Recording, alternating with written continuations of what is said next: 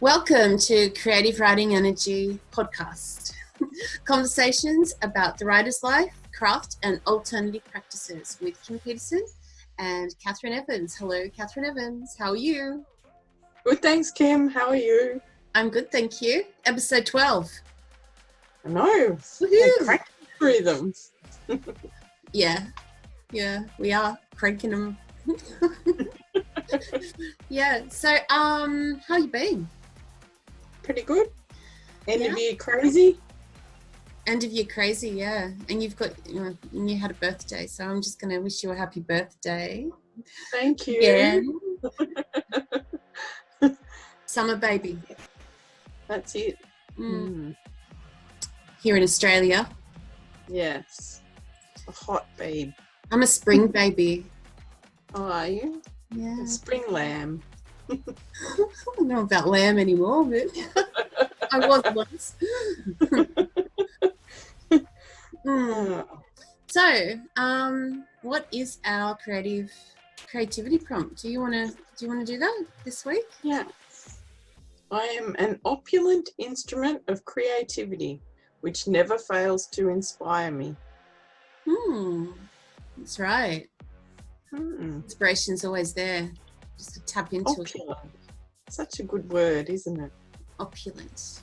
It is a nice word. I like that word. It's rich, isn't it? It is rich. I use that with a lot of mantras, actually. Oh, do you? I do. Yeah. So let's move on to our oracle cards, our woo-woo. Woo-woo. Should I go first? Yes. Where's our soul taking us? We're doing the soul journey as usual. Maybe I should look at getting a new deck of cards soon for this. For the new year. For a new year, yeah. Not a bad idea. It's a good excuse to grab some cards. Why not? All right, I've shuffled and I like this. Oh, Trust. I accept that my inner voice will always guide me correctly. Oh, that's lovely. That is lovely. Yeah. I mean, I have to say, we all get the wobbles, don't we? And I seem to be in this space right now where some days I feel so certain, about things and the way my life is going, or about how I'm feeling about certain things. And then I have these wobbles where I'm like, oh, it's like, what am I doing? I'm wrong about that, or I'm wrong about this. Or does the wobble come from outside influences? The wobble comes from, I guess, lack of trusting, or I'm letting doubt creep in.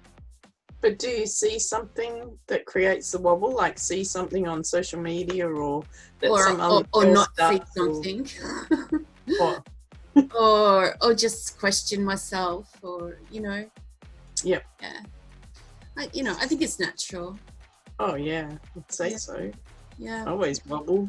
I know, damn wobbles. I don't like them. So, what do you got? All the time, though. We should be used to them. Say what? We should be used to them. They happen all the time. I know. Trust your vibes. Goes with your trust theme, doesn't it? Okay. It does. Here we go. Ooh, body talk. Who's that dinging? That was me. Oh. Body talk. That's like wobbling, isn't it? Yeah. What does it say? I'm looking it up. Lucky number 7.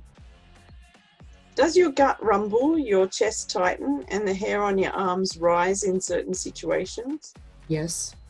Pay close attention to these signals because your body is talking to you and what it's saying is important.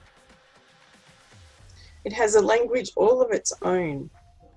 And if you're with a little awareness, you'll begin to read what your body vibes are trying to tell you, whether it's a warning or a good vibe.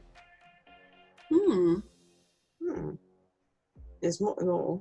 It says, learn to read your body's vibe by running a mental scanner over it several times a day, saying, how do I physically feel right now? Take your awareness a step further and actually talk to your body. Ask it aloud for feedback and trust what you get. Trust. Trust, yeah. Don't overthink it. Just whatever thought or feeling pops up is usually accurate. Mm-hmm. Yeah, I like it. Yeah. I mean, I'm sort of at that place right now where I need, and I have really cultivated that sense of like putting my feelers out and trusting, trying to trust those. It just, sometimes I do get the wobbles, but when I do get the wobbles, I always seem to get signs and confirmations, you know, to kind of, and it helps to ease the insecurities or whatnot surrounding that. And I trust in my gut feeling a lot more, you know. Yeah. It's important, definitely. So we're talking trust and body language and Christmas for the introvert, because you and I are both introverts. You're an INTJ and I'm an INTP. Yeah, and you know, it's so funny. When it comes down to, like, you know, about introverts, I never really thought so much about my introversion so much. And when I did, this was like, you know, years ago and things, I thought it was a bad thing, you know, that being sort of more introverted wasn't all that good. You know, I remember, you know, being in social situations, and I wasn't like, you know, a lot of my friends that could just talk and be energized in those situations, and I'd force myself a lot of times. But it isn't until, you know, now that I've kind of accepted what I am and who I am, that I'm all right with that. You know what I mean? Do you know what I mean? You know, yeah. I mean, through my first marriage in particular, my first husband was an extrovert. And he didn't understand me or why I was so, you know, if we had to go out and socialize, particularly around Christmas time, because his family would always do these, you know, gatherings, and his stepmother was an amazing cook. Oh my God, I miss her cooking, but she'd put on the best food. And yeah, but I always had trouble with stepping into that environment and talking, and I was quiet, and he didn't understand that, and he didn't like it. You know, so. Were his whole family all extroverts? Yeah, well, no one was as quiet as me. I mean, and I knew these people like for years. It's just, I'm not that kind of person to just sort of, you know, just put myself as the center of attention. You know, and even as, you know, teenager and through my 20s going to parties, I was the person kind of lingering at the wall, you know, watching, and until maybe I had a couple of drinks, and then I'd go dance or something. But I think too, when you're in your teens and 20s, the lifestyle is an extroverted lifestyle, isn't it? For introverts, you really don't fit. Whereas as you get older, life becomes a bit more introverted, doesn't it? You're a bit more family focused or centered on yourself a bit more. Mm-hmm. So it's easier for an introvert, I think, as you get older.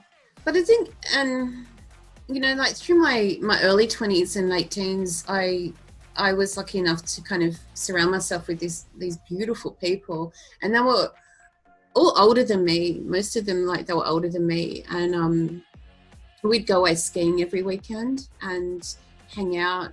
You know, during the winter when it was too cold to do that, we'd hang out. We're always together, and they were very much like, they were musos, and we just had the best conversations. And they weren't overly extroverted, but they weren't probably as introverted as me either. But they really had a lot of time for me. Like there was a real bondship, you know. And I think it's just finding those kind of connections. And I think, I don't know, you know, extroverted people, I'm sure that they feel the same way. But for me, forming the connections with people that matter and that you can, you know, connect and bond and relate and have meaningful conversations, and that's more important to me than going out and, you know, running amok. And yeah, so I was lucky that I found those kind of people. How about you? Yeah, I wasn't a big party goer, but if I was with friends, I can be quite extroverted, I think. Mm-hmm. Yeah, in the right crowd. Yes, I do have that ability. Yeah. And I'm well, one of my sisters used to tell me I was a perpetual organizer, you know, so I was the one on the social club at work, and, you know, organising the Christmas party, and, you know, making sure the food was there, and, you know, so a lot of times if I'm not comfortable in a situation, I'll be... You're the organizer. Yeah. In the background, making sure things are happening, so I don't have to go and mix. Yeah. But I can still be there doing something, and people don't even notice. Oh God, I know exactly what you mean. Yeah. Yeah. I always laugh too, because a lot of times, there's a lot of introverts who end up in kitchens washing up, and you can have the best conversations with people. Yeah. You know, doing something stupid. Yeah, like hiding. Yeah, exactly. Yeah, I get you. I'm there with you.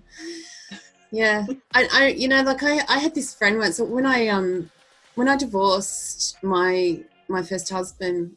It was kind of like, you know, because I kind of was always in these long-term relationships, and I was in my early 30s, and I kind of just went wild for a couple of years there when I could. Like, I mean, I had the children, but yeah, when they were gone, you know, I used to run amok and get a bit extroverted going out. But I had this girlfriend, you know, she was a shocker. She was, I think, a bad influence on me, and she was such a good party. Well, this party, but she was good to go out with because she was so like out there and extroverted. And we'd walk into a club or a bar or something, and she would just walk in with all this confidence and you know, and I'd walk in like, don't look at me, you know. And she couldn't understand me, and I just thought she was fascinating. She was always up chatting up some guy, you know. Yeah, they're the best wingmen because you don't have to do any work. we got up to no good. Yeah. Anyway, it's like that. Yeah, they're fun. Yeah, they're fun. Yeah, you got to get out of your introversion every now and then and try that extroverted side, you know. But it does put your energy. Yeah. So how do you cope with Christmas as an introverted personality? What are your coping mechanisms? Christmas doesn't start till after my birthday, so Christmas only starts now. So that's always been one of my mechanisms. And I don't go to. Oh, I used to go to a lot of parties, and I used to just burn myself out. And then between Christmas and New Year, I would be just hibernating. Because, yeah, your energy is totally zapped if you're an introvert and pretending to be an extrovert. So yes. I used to, when I was in my 20s, I don't think I had a night at home in December. I would be just out all the time. Really? At Christmas parties. It was, yeah. And, yeah. So, but I don't do it now. I think I go to one or two, and that's about it. Like my book club, we're all introverts. We have our Christmas party in November. An introvert book club. Christmas party. Plus, they're all in their 70s, so it helps. They're sweet. You know, I have a my second born, Jordan. He's born on Christmas Eve. Oh, is he? Mm. Oh. He's my Christmas baby. How does he go with birthday and Christmas running into each other? He used to hate it when he was little. I used to have his birthdays like at the beginning of December, like Before school broke up with his friends. But you know, I don't do birthday parties every year. As the more kids I've had, I'm just like, no. I was like, you'll get one when you're 5 and when you're 10 and, you know, maybe when you're 18. Oh, yeah. I'm a shocker. I can't stand it. Anyway, yeah, so I used to do the birthday thing a couple of weeks before so he could have that with his friends. Now he doesn't really, I mean, he's going to be 21 this year. He doesn't.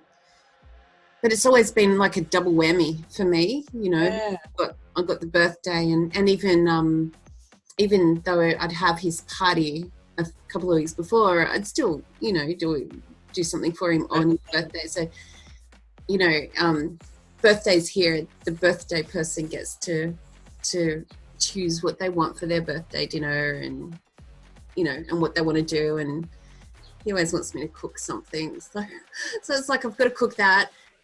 And then I've got to, you know, prepare for Christmas, which is the next day. So I'm always exhausted. Do you always have Christmas at your place? We do now. Yeah, and I hate it. Oh, do you? I mean, how many do you have? Just does. Oh. So it's like a normal day. Well, you know, there's been years where people come over. I mean, my father will come and visit and my grandmother usually a couple of weeks before, and we do one with them, you know, but because I'm not up in Sydney and I don't drive up there to go see my family. I'm a bit slack. I haven't seen a lot of my family for a couple of years, my Sydney family. And I don't go and do Christmases with them. We used to do it, you know, as children and stuff. It was a big thing. Like we'd all get together and I would dread it. I mean, I loved my family and relatives, but you're seeing them, you know, it's just in that environment. And, you know, I remember just saying to Dad, can we go yet? Can we go? The presents are done, lunch is done, can we go? But my father is the biggest introvert on earth. Oh, really? Mm. And yet he does the whole Christmas thing. He doesn't talk to him. He just goes. Oh, he just goes because you're supposed to. He loves his family and stuff, but he, you know, they know what he's like. And my dad, I think he's got a bit easier to talk to as he's gotten a bit older, but he's not a big people person.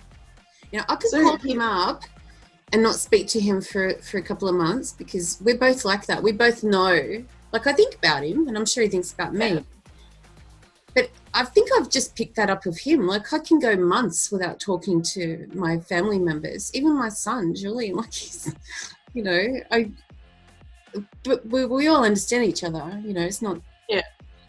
But I can call my father and he'll talk to me for 2 minutes after 3 months of silence.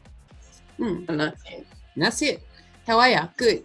That's good. How you been? Good. Yeah, my knee hurts. My back hurts. This hurts.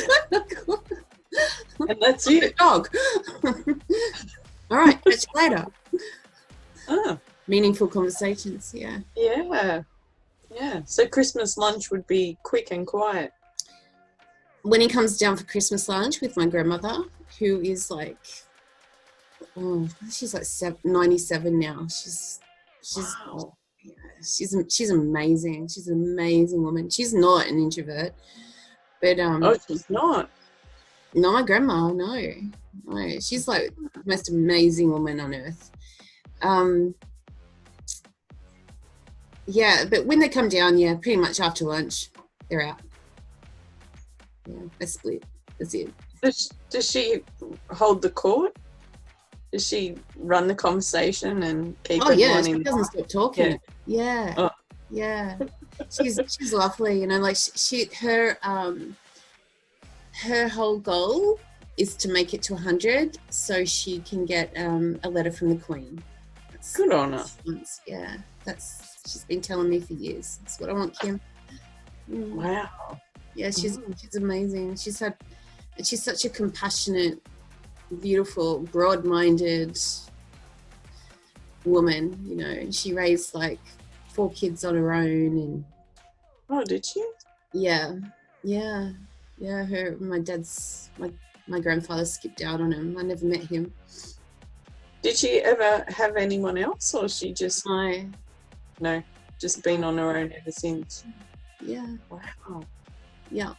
So she's like the center of the family. She's the glue that holds everyone together, you know.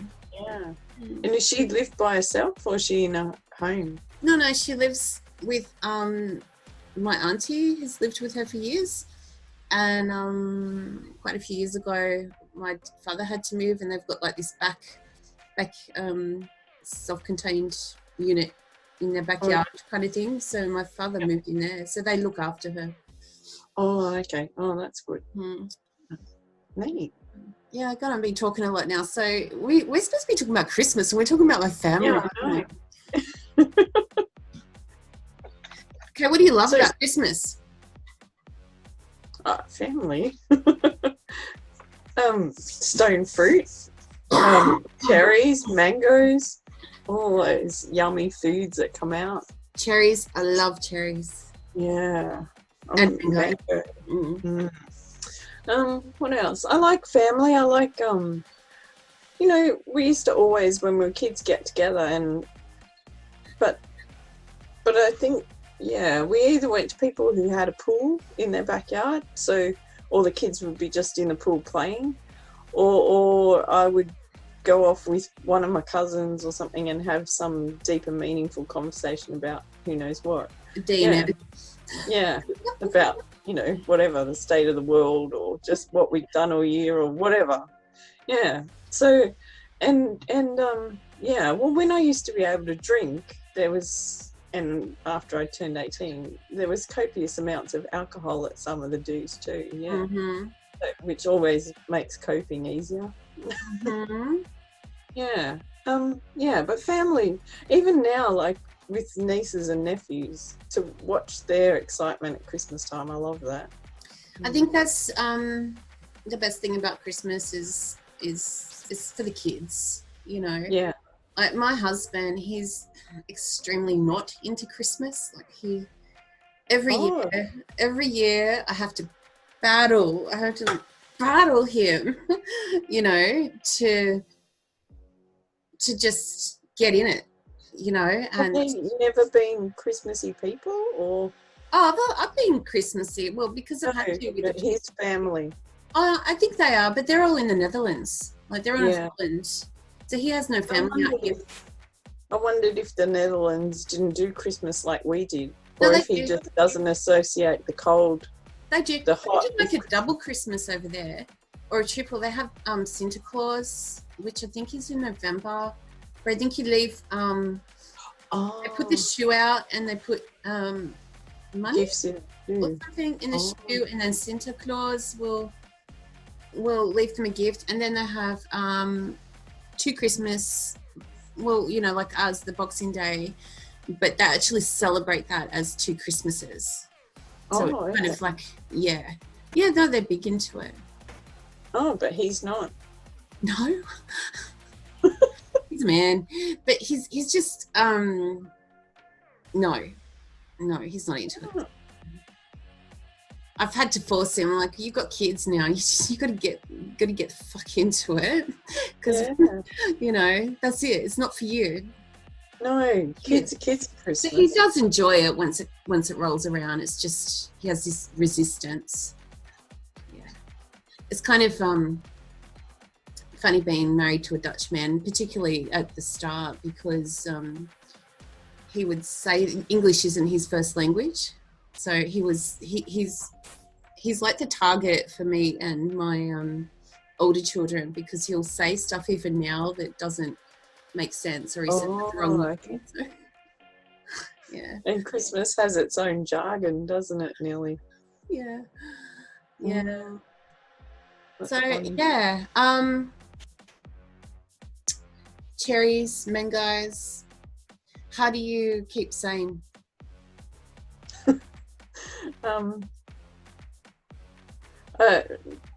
Try to get by myself as much as I can. Swimming's good. Like if you're in the pool or at the beach or whatever, you just, your head goes underwater, you can't hear anything. It's great.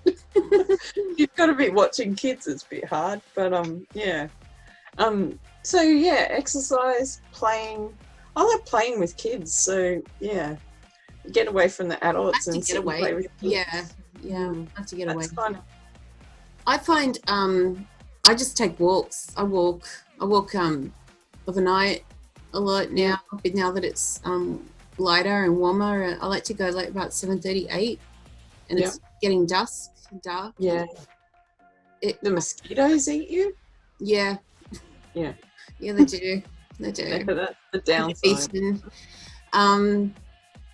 But and in the mornings I'll go, but yeah, when there's a lot of people around and stuff, even my family, I've just got to like go away for a bit, and just to, and sometimes, they'll follow.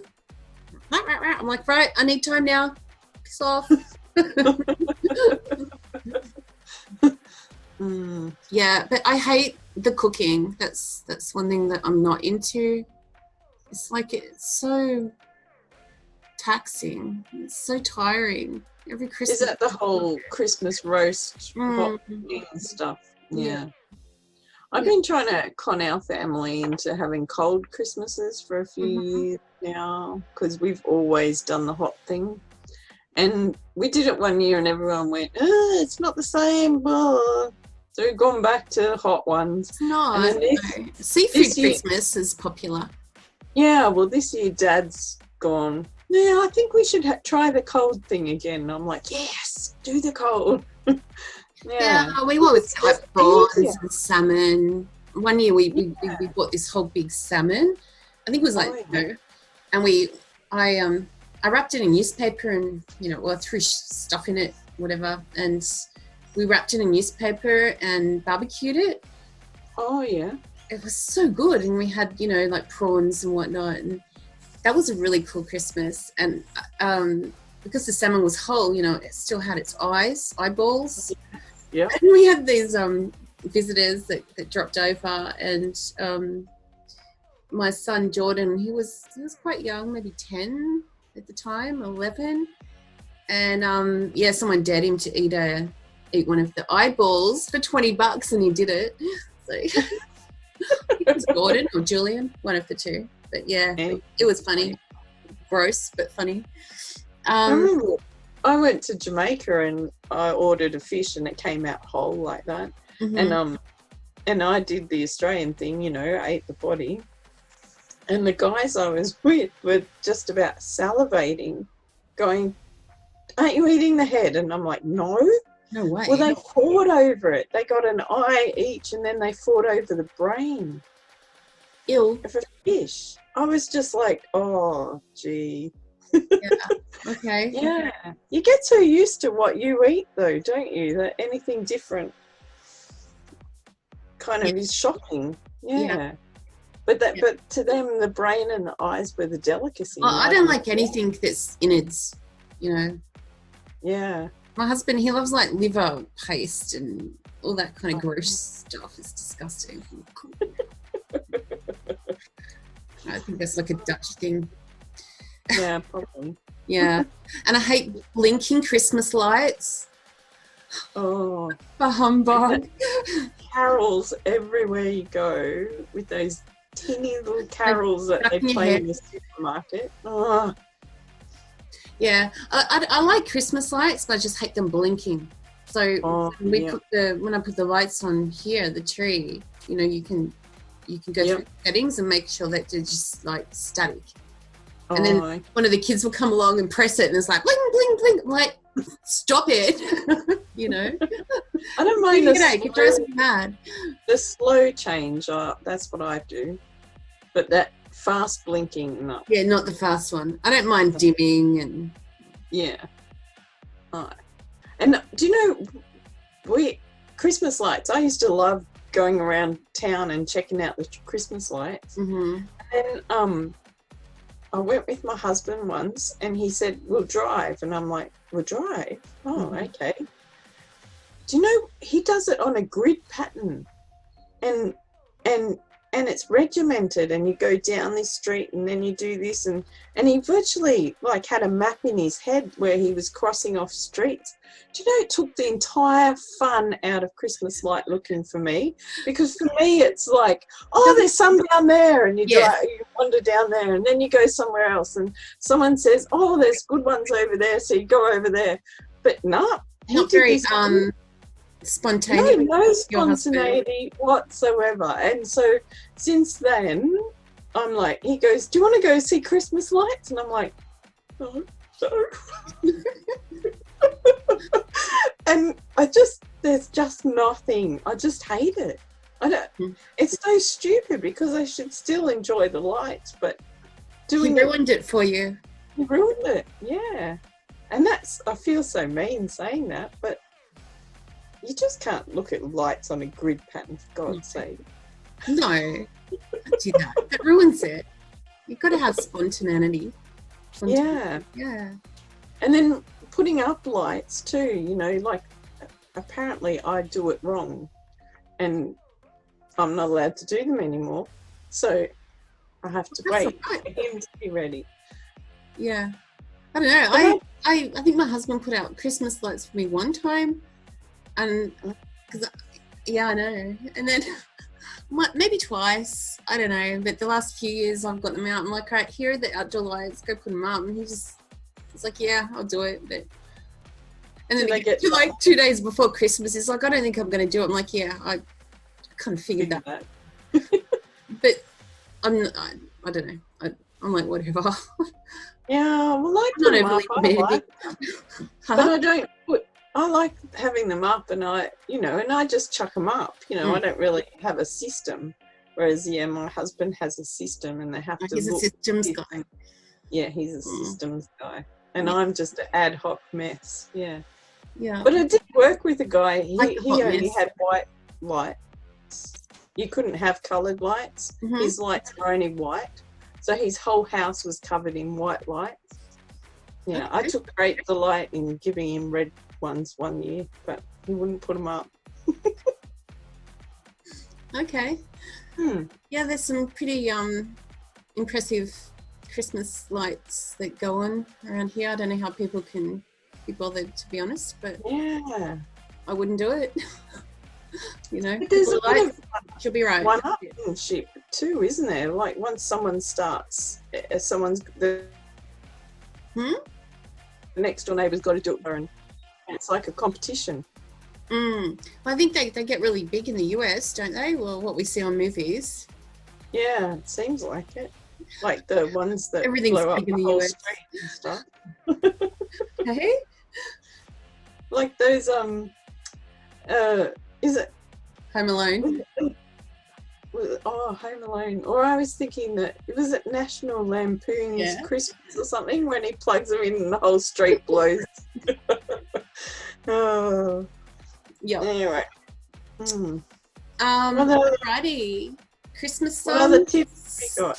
Oh, songs. I love the little drummer boy. The drummer boy's cool. Yeah. I love that. But I love the old crooners.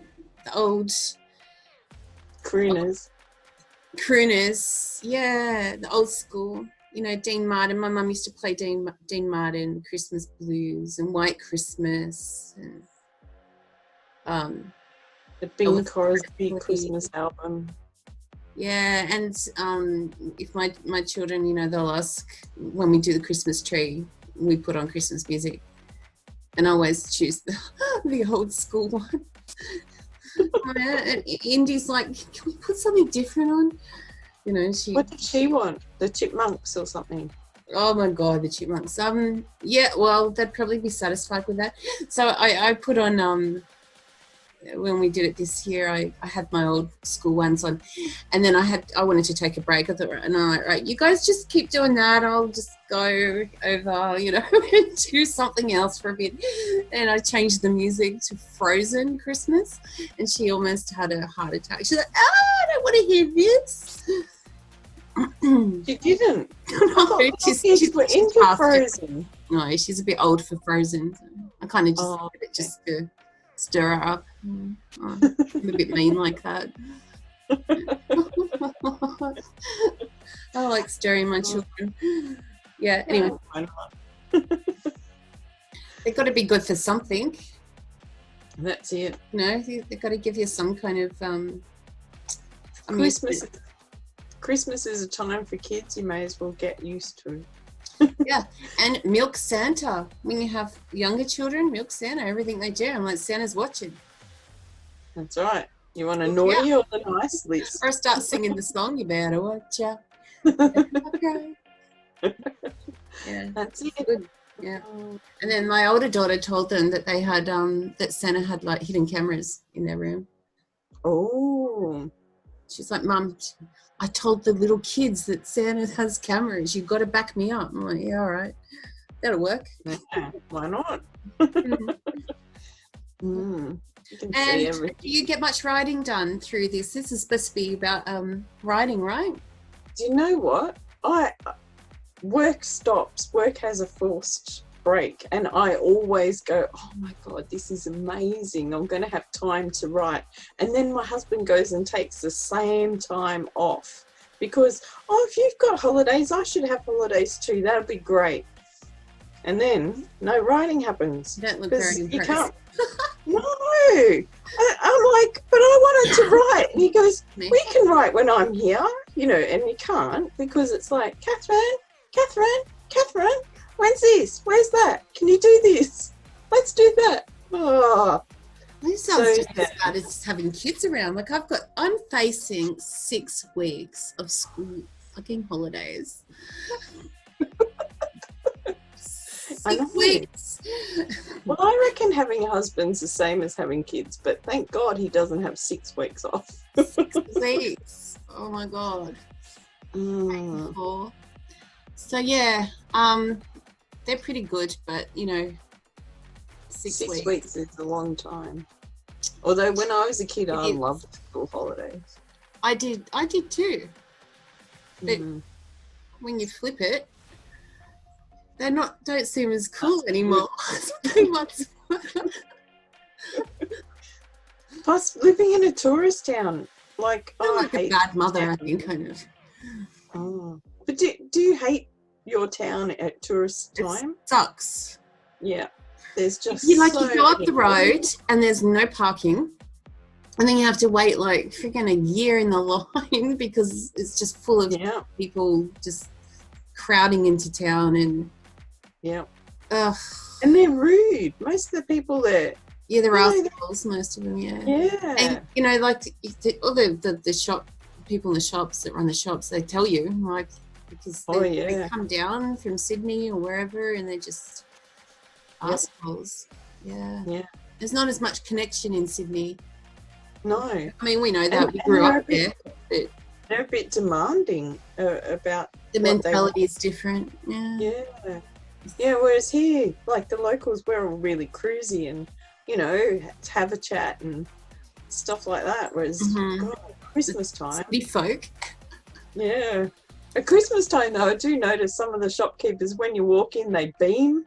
Like, oh, thank God, someone I know. A familiar face. Yeah. So you can make good friends with the shopkeepers at tourist time. Lasts you through the rest of the year then. Yeah. Alrighty, well, I think that we've spoken about this enough because we'll be out of time. We'll be out of time. Yeah, I'm going to try to get in as much writing as I can over the next 6 weeks. Good luck. I know. I have grand plans in that time for my writing. Whether it's going to happen or not, we'll see. Yeah. I Mm, always have grand plans.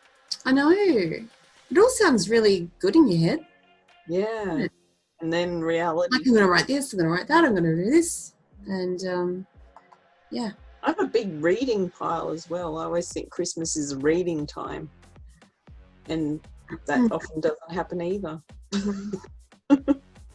Yeah. Alrighty, my friend. Right. How'd your card go? Body Listen to talk. body at Christmas. Yeah. Don't overeat. Yeah. And when you're getting stressed out, go for a walk or do something else. Don't just put up with Just it. breathe. Yeah. Breathe, chill out. Birds. Quiet time. Yeah. Play with your kid. Just chill out. And trust those things. Hey. Trust your inner vibes, what you've got. Yeah. What is it? I accept that my inner voice will always guide me correctly. Yeah. Maybe if you can't write over this period too, don't stress about it. Unless you've got a deadline. Well, if I can't write, I'll stress. Yeah. I can't. But I mean, Can't sometimes do it. you've just got to scribble on a piece of paper or, tap it on your phone or something when you've got the few minutes, not have dedicated writing time. Got to let yourself off the hook sometimes. Yeah. Definitely. Yeah. Especially in Christmas now. Do you want steer everyone to where they can go if they want to drop by? If you want to drop by, we're on whisperinginkpress.com/creative writing energy. You can find out all about us there. You can sign up to our weekly emails there. You could subscribe to your favorite podcast platform or YouTube so you know when our episodes are available. And we're on Patreon, so if you really like us, you can come and support us for as little as $1 a month and get bonus content. And we have our book, Creative Writing Energy for Less Than $1, available on all the ebook platforms. And what else? Next year, we have so many things happening. Our Creative Writing Energy Mastermind classes, if you want to join up for that, you can find that out on whisperinginkpress.com/creative writing energy mastermind, and the Right Hive Writers Convention coming up next year too. And we have another. Plus we have a few workshops too, aren't we? Going, which we will get going and announce when they're ready to. To roll out. We've got a few. Next year's going to be a bit crazy, isn't it? Yeah, bring it on. We've got to soak up our energy. Yeah. Okay. Well, thank you for tuning in, and thank you for your discussion today about Christmas. Yeah, thanks. Hope you get through to Christmas. It's only 8 days left of school. Oh wow. 8 days. I didn't even know. I dropped the kids off at school yesterday, and I was around town and ran into one of the mums, and she's like, 8 days to go, and like she's all excited. I'm like, what? She's excited. What, to have the kids home? Or yeah, she's probably a normal mum, but I'm like, what? 8 days? What? You thought it was a Christmas countdown. I'm like, yeah, I know it's coming. I just know it's coming, but I'll look at that sometime soon. 8 days. And then the kids come home, they're like, it's 8 days to go, Mum. I'm like, yeah, I know. Someone told me. The teachers are probably counting down, going, 8 days, 8 days. I wouldn't. Oh, God. All right. With that, we're out of here. See you next week. Catch you later. Bye. Bye.